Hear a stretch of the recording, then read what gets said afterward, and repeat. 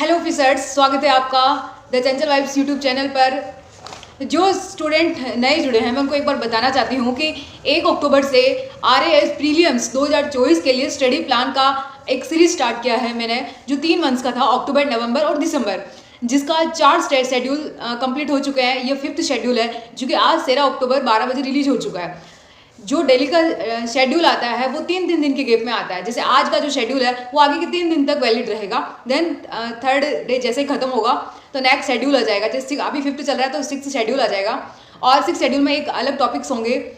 इस सीरीज का एक ही उद्देश्य है, जो बच्चे कोचिंग कर चुके हैं, जिनका कोचिंग चल रहा है, जो सेल्फ स्टडी कर रहे हैं, जिनका स्टडी के साथ कोई भी जॉब प्रोफाइल है ना, अपने स्टडी उनसे मैनेज नहीं हो पा रही है, तो वो लोग चाहते थे कि कहीं ना कहीं हमें एक वे मिल जाए, ताकि हमें एक डायरेक्शन मिल जाए कि आपको आज ये पढ़ना है। देन आपका जो 3 मंथ्स है उसमें आपका पूरा सिलेबस कंप्लीट हो जाएगा, देन रिवीजन भी हो जाएगा, आपकी स्ट्रेटेजी कुछ इस तरह की बन पाए। तो इसी वजह से मैंने ये शेड्यूल सीरीज स्टार्ट करी थी, ताकि यार सभी लोगों को हेल्प हो जाए। यार सभी के पास टेस्ट सीरीज अवेलेबल नहीं होती है और सभी के पास ये चीज़ भी अवेलेबल नहीं होती कि वो इतना सोच पाए कि किस तरीके से अपना पूरा सिलेबस भी कंप्लीट किया जा सकता है। स्टूडेंट्स का ना कोचिंग कंप्लीट हो जाता है, ऑनलाइन हो या ऑफलाइन, उनका बुक्स क्लियर होता है, नोट्स क्लियर होते हैं। पर अब जैसे वैकेंसी निकली ना तो ये चीज़ रहेगी, यार वो बता रहा है, अच्छा उन सर ने बताया कि करंट अफेयर्स पढ़ लो, इकोनॉमिक सर्वे पढ़ लो, पॉलिटी पढ़ लो, इनसे क्लियर हो जाएगा। यार क्लियर तो हो जाएगा, पर एक चीज़ ध्यान रखना, उन लोगों का क्लियर होगा जो काफ़ी टाइम से प्रिपरेशन कर रहे हैं। उनकी जो बेसिक चीज़ें हैं ना, जैसे राजस्थान आर्ट एंड कल्चर हो गया, हिस्ट्री हो गया, या इंडियन हिस्ट्री हो गया, वर्ल्ड ज्योग्राफी हो गया, ये ऐसी चीज़ें ना उन लोगों की कंप्लीट होती है। जो लोग बताते हैं ना कि आप लोग ये सब्जेक्ट पढ़ो और आपका पूरा प्रीलिम्स क्लियर, नहीं यार, प्रीलिम्स में ना एक नंबर लाना होता है आपको हर सब्जेक्ट से आप किस तरीके से नंबर गेन कर सकते हो। ये एक बहुत मशक्कत का काम होता है, वो आप तभी कर सकते हैं जब आपका पूरा सिलेबस कंप्लीट है। वरना क्या RPSC पागल है जो कोई सा भी सब्जेक्ट डाल देगी संस्था, सिलेबस में ये चैप्टर है, ये तो आपको ये सारी पढ़ना है। नहीं यार, सिलेबस के अकॉर्डिंग ही पेपर बनता है। इस वजह से हमारा सबसे पहले जो हमारी रणनीति है उसमें यह होना चाहिए कि हमारे सिलेबस का हर पॉइंट हमें पता हो, क्या पढ़ना है क्या छोड़ना है। अगर अभी तक भी आपने सिलेबस प्रिंट आउट नहीं निकलवाया तो प्लीज़ निकलवाइए और अपनी दीवार में चिपकाइए, और जैसे जैसे शेड्यूल फॉलो होता जाता है तो आप टिक लगाइए कि कौन कौन सा मेरा चैप्टर कंप्लीट हो चुका है। देन और अपनी सीरीज चल रही है, 1st, 2nd, 3rd, 4th complete हो चुकी है। मैं आशा करती हूँ, उम्मीद करती हूँ कि आप लोग इसे बहुत अच्छे से फॉलो कर रहे होंगे। आप लोगों का हर चैप्टर, हर पॉइंट क्लियर हो रहा होगा और आप बिल्कुल भी आप नहीं भूले होंगे इस चीज़ को कि आपको प्रीवियस ईयर क्वेश्चंस लगाने हैं।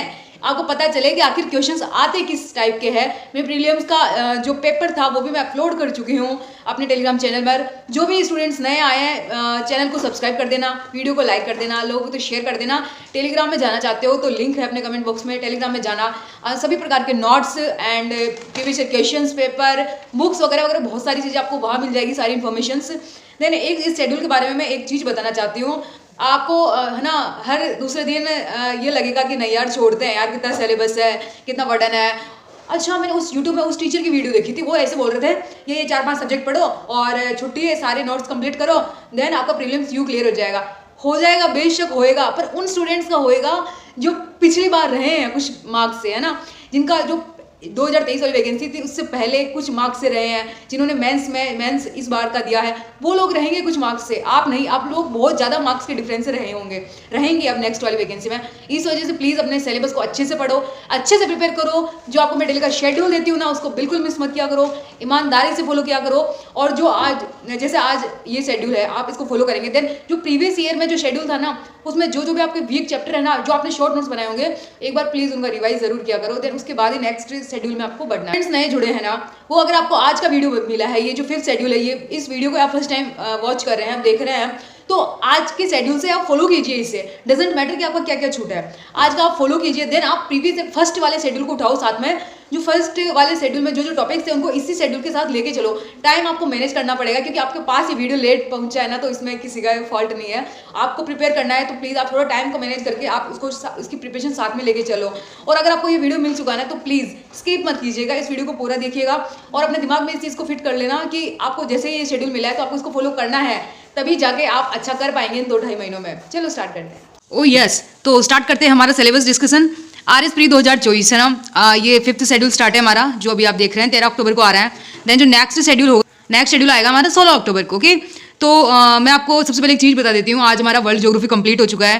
कांग्रेचुलेशंस यार, खुद को एक बार शाबाशी जरूर देना कि इतने दिनों में पढ़ के आपने बस वर्ल्ड ज्योग्राफी कंप्लीट कर लिया। और एक साइंस का पोर्शन भी, बहुत बड़ा पोर्शन, जो कि फिजिक्स, केमिस्ट्री, बायो है, वो कंप्लीट हो चुका है। देखिए, जो विश्व का भूगोल है उसमें आपका प्रमुख स्थलाकृतियाँ, जो आपने सारे द्वीप पढ़े हैं, 7 द्वीप पढ़े हैं, उनमें से ये सारी जो कंप्लीट हो चुकी है। और एक जो ये चैप्टर बचा है पर्यावरणिक मुद्दे, इसको अपन भारत के भूगोल के साथ पढ़ेंगे ना, अदरवाइज पूरा जो विश्व का भूगोल है कंप्लीट हो चुका है। नेक्स्ट शेड्यूल में अपन भारत का भूगोल स्टार्ट करने वाले हैं। स्टार्ट करते हैं। फर्स्ट सब्जेक्ट है हमारा राजस्थान का इतिहास। राजस्थानी इतिहास के अंदर लास्ट टाइम हमने एक चीज़ क्लियर करी थी, जो कि थी 1857 की क्रांति, जिसका बहुत बड़ा सिलेबस था। और आई होप कि आप 1857 की क्रांति पूरी कंप्लीट कर चुके हो। इससे पढ़ने से पहले एक बार 1857 की क्रांति का रिवीजन करना, शॉर्ट नोट्स बनाए होंगे उनका रिवीजन देखना। और मैंने आपको पिछली बार कहा था जो समाचार पत्र है और संस्थाएं हैं ना, उनको थोड़ा डिटेल से पढ़ना, उनका थोड़ा ध्यान रखकर पढ़ना, क्योंकि पूछी जाती है ज़्यादातर। आज हमारा टॉपिक है 20वीं शताब्दी में जनजातीय तथा किसान आंदोलन। 20वीं शताब्दी में जो जनजातियां थी और उनसे रिलेटेड जो किसान आंदोलन हुए थे, वो सारे किसान आंदोलन थे हमारे जो मुख्य थे। अब दे रखे हैं ऐसे तो किसान आंदोलन बहुत सारे, परंतु जो मुख्य रूप से दे रखे हैं वो है बिजोलिया, बेंगू, अलवर और नीमू चढ़ाव आंदोलन। तो इनको आपको फोकस करके पढ़ना है। और जनजातीय आंदोलन में है भील, भगत और एकी और मीणा जनजातीय आंदोलन। मीणा को थोड़ा पढ़ना, एक ही कोई पढ़ना, ये सारे इंपॉर्टेंट है यार। कोई आप ऐसे नहीं बोल सकते हो कि ये इंपॉर्टेंट नहीं है, सबसे क्वेश्चंस पूछे जाते हैं। और जो ये किसान आंदोलन है, जनजातीय आंदोलन, इसमें जो समाचार पत्र होंगे, राजनीतिक संस्थाएं होगी, उनको भी आप थोड़ा ध्यान देकर पढ़ना, क्योंकि यहाँ से भी क्वेश्चंस पूछे जाते हैं। नेक्स्ट सब्जेक्ट भारत का इतिहास की बात करूं मैं, तो भारत के इतिहास में हमने अभी तक पढ़ चुके हैं सिंधु एवं वैदिक काल हो गया हमारा, आजीवक बौद्ध जैन ग्रंथ हो चुका है। और जो लास्ट था शेड्यूल, उसमें पूरे राजवंश कंप्लीट हो चुके हैं। और जो प्राचीन भारत की कला एवं वास्तु है, ये जो दोनों चीज़ें हैं वो ये जो राजवंश थे उनमें कंप्लीट हो जाती है ना।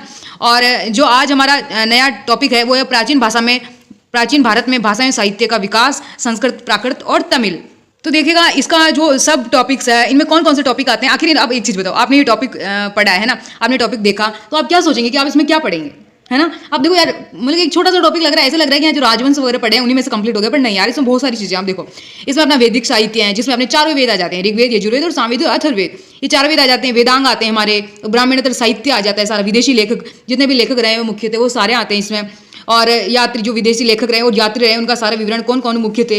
मौर्य और मौर्योत्तर, गुप्त, गुप्तोत्तर साहित्य, दक्षिण भारत साहित्य, मौर्य में मौर्योत्तर, गुप्त और गुप्तोत्तर, ये जो लास्ट के दोनों टॉपिक है ना, वो अपन लोगों ने राजवंश में डिस्कस किए थे। एक इस वजह से आप इन दोनों को, जो प्रीवियस वाला अपना शेड्यूल था, एक बार उसमें देख लेना आप। नेक्स्ट सब्जेक्ट की बात करूँ तो थर्ड सब्जेक्ट आ गया हमारा राजस्थान भूगोल। राजस्थान भूगोल में हमारे जो 2 टॉपिक है इस बार, प्रमुख फसलों में दे रखा है साफ सिलेबस में। देखिए कि गेहूं है, मक्का है, जौ, कपास, गन्ना, बाजरा है, ये जो मुख्य फसलें हैं ओनली यही है, इनके अलावा कोई सी फसल नहीं पढ़नी है। और प्रमुख उद्योग में दे रखा है कि ओनली प्रमुख उद्योग लिख रखा है, और उद्योग में जितने भी उद्योग आते हैं वो हमें पढ़ने हैं सारे।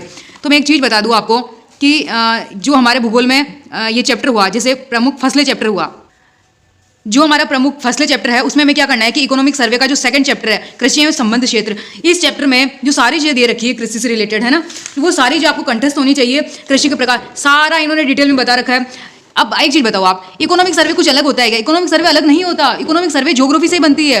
जो ज्योग्राफी का अपडेट है ना, अपन बोलते हैं अपडेट ज्योग्राफी चाहिए, तो वो इकोनॉमिक सर्वे से बनती है। इकोनॉमिक सर्वे और जो ज्योग्राफी उसको रिलेट करके पढ़ना पड़ता है। इतने दिन जो हमारे चैप्टर चल रहे थे, जैसे मैं आपको बताऊं, भू आकृतिक प्रदेश, विशेषताएं, जलवायु, नदियां, वनस्पति, ये चेंज नहीं होगी। मृदा ये हमेशा ऐसी कैसी रहेगी, परंतु जैसे फसलें हैं वो चेंज होती रहेगी कि अभी प्रथम नंबर किस में, राजस्थान का कौन सी फसलों में है, उद्योग में अभी कौन ज़्यादा चर्चित है, सिंचाई परियोजना में क्या चीज़ें नई ऐड हुई है, और जनसंख्या अगर वापस जनगणना हो चुकी है क्या, ये जो सारी चीजें है ना, और उद्योग, ऊर्जा संसाधन वगैरह, ये जो सारी चीजें है ना, ये चेंज होती रहती है। इस वजह से हमें इनको इकोनॉमिक सर्वे से अपडेट करना पड़ता है। तो जो कृषि वाला चैप्टर है हमारे, सेकंड चैप्टर है, उसको थोड़ा ध्यान से पढ़ना। ये जो अपडेट चीजें है ना, ये जो सारे आंकड़े हैं आपके, उसमें से राजस्थान ज्योग्राफी के नोट्स में नहीं आएंगे, जो ज्योग्राफी के नोट्स पिछले वाले होंगे। ये जो सारी चीजें है ना कृषि वाली, अब उद्योग वाली भी आएगी, इनको थोड़ा ध्यान देकर इकोनॉमिक सर्वे से पढ़ना है आप लोग, है ना। नेक्स्ट बात करूं राजस्थान अर्थव्यवस्था की। राजस्थान अर्थव्यवस्था में इस बार हमारा चल रहा है फोर्थ चैप्टर में औद्योगिक विकास, है ना। ये औद्योगिक विकास चल रहा है, ये जो फोर्थ चैप्टर है उसे, और राजस्थान भूगोल में प्रमुख उद्योग है, इन दोनों को रिलेट करके पढ़ना है। ध्यान रखना जो भी चेंजेस हुए हैं वो सारे इसमें ऐड करने हैं, क्योंकि जो क्वेश्चन आएगा ना वो इकोनॉमिक सर्वे से रिलेटेड होगा। फिर आपको लगेगा कि ये राजस्थान ज्योग्राफी से आया, नहीं, तो राजस्थान ज्योग्राफी से नहीं, वो राजस्थान इकोनॉमी से आया, और राजस्थान ज्योग्राफी और इकोनॉमी बन के ही दोनों के क्वेश्चन का वेटेज बनता है। इस वजह से आप जब राजस्थान भूगोल पढ़ो तो प्रमुख फसलें, उद्योग, ये जो दोनों चैप्टर है ना, उनको अपडेट करना अपनी राजस्थान जो इकोनॉमिक सर्वे वाली बुक है ना, या PDF है, उससे लेकर आप फोर्थ चैप्टर कंप्लीट करना है आपको, औद्योगिक विकास। देन जो प्रीवियस ईयर के तीनों चैप्टर है, आंखें बंद करके डाटा को फटाफट याद कर लेना, योजनाओं को भी। ये रिवीजन हो रहा है, ध्यान रखना। ये 3 मंथ है ना, इसमें सिलेबस कंप्लीट हो रहा है, देन हमारा रिवीजन भी हो रहा है। जो लोग इसको स्टार्टिंग से फॉलो कर रहे होंगे ना, उनको बहुत अच्छी तरीके से पता चल गया होगा ये चीज़।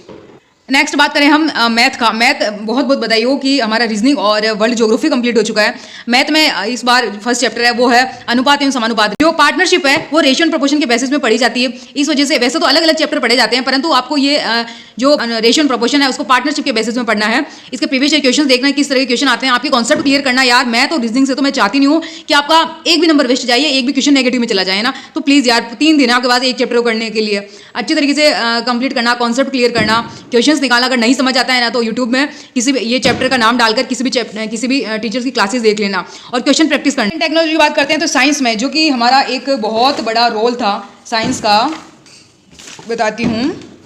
दैनिक जीवन में विज्ञान के मूलभूत तत्व है ना, इसके अंदर क्या आता है, फिजिक्स, केमिस्ट्री, बायो, जो तीनों आप लोगों ने कंप्लीट कर चुके हो आप लोग। और साथ में जैसे आहार, पोषण, रक्त समूह हो गए, ये जो रोग हो गए, ये सारी जब भी पिछली स्पेशल शेड्यूल में कंप्लीट हुई थी। इस बार हम लोगों ने स्टार्ट करी है टेक्नोलॉजी, जिसमें कंप्यूटर पढ़ना है, सूचना एवं संचार प्रौद्योगिकी पढ़नी है। इनका जो हैंड रिटन नोट्स है टेलीग्राम में अपलोड कर चुकी हूँ, आप वहाँ जाके वहीं से पढ़िए आप ये सारी चीज़ें है ना। और 7th सब्जेक्ट है हमारा भारत का संविधान। भारत के संविधान में आपने लास्ट शेड्यूल में पढ़ा था राष्ट्रपति, प्रधानमंत्री, मंत्रिपरिषद, ये सारी जो कंप्लीट हो चुकी है। इस बार है हमारा संसद और सुप्रीम कोर्ट। तो एक चीज़ ध्यान रखना कि आप सोचोगे मैडम ने इस बार है ना डिटेल में लिखा नहीं, तो यार संसद और सुप्रीम कोर्ट में ऐसे डिटेल वाइज कोई चीज़ें नहीं है। जितनी भी चीज़ें ना आपके नोट्स में वो सारी इंपॉर्टेंट है, वो सारी पढ़नी है आपको। और एक चीज़ बता दूं, साथ में एक नया जो टॉपिक है, सब टॉपिक वो एड है न्यायिक पुनरावलोकन। एक्चुअली जब मौलिक अधिकार पढ़ते हैं ना तो उनमें न्यायिक पुनरावलोकन आ जाता है, इस वजह से मैंने साथ में ये डाला नहीं। अगर आपके टॉपिक में या फिर आपके पास जो नोट्स है उसमें सुप्रीम कोर्ट के साथ ही न्यायिक पुनरावलोकन है तो आप उसको प्लीज़ साथ में पढ़ लीजिएगा। राज्य पॉलिटी की बात करूं, राज्य स्थानीय स्वशासन और पंचायती राज की संस्थाएं। लास्ट शेड्यूल में हमने कंप्लीट किया था जिला प्रशासन। तो जिला प्रशासन को, स्थानीय स्वशासन को, पंचायती राज संस्थाओं को ना अच्छे से क्लियर करना। यहाँ से क्वेश्चन आते हैं, प्रीवियस ईयर क्वेश्चंस लगाना एक बार यहाँ से। और जो पंचायती राज की संस्थाएं ना उसको मल्टीपल टाइम रिवाइज कर लेना प्लीज़। करंट अफेयर सितंबर का पढ़ना है। और इस बार जैसे हमारा वर्ल्ड ज्योग्राफी कंप्लीट हो चुका है, उसके बावजूद मैंने नया सब्जेक्ट नहीं डाला। मैंने सोचा कि एक बार यार ये राजस्थान की पॉलिटी भी खत्म हो जाए तो मजा आ जाएगा। देन नेक्स्ट शेड्यूल में हम नया जो सब्जेक्ट है वो स्टार्ट कर देंगे।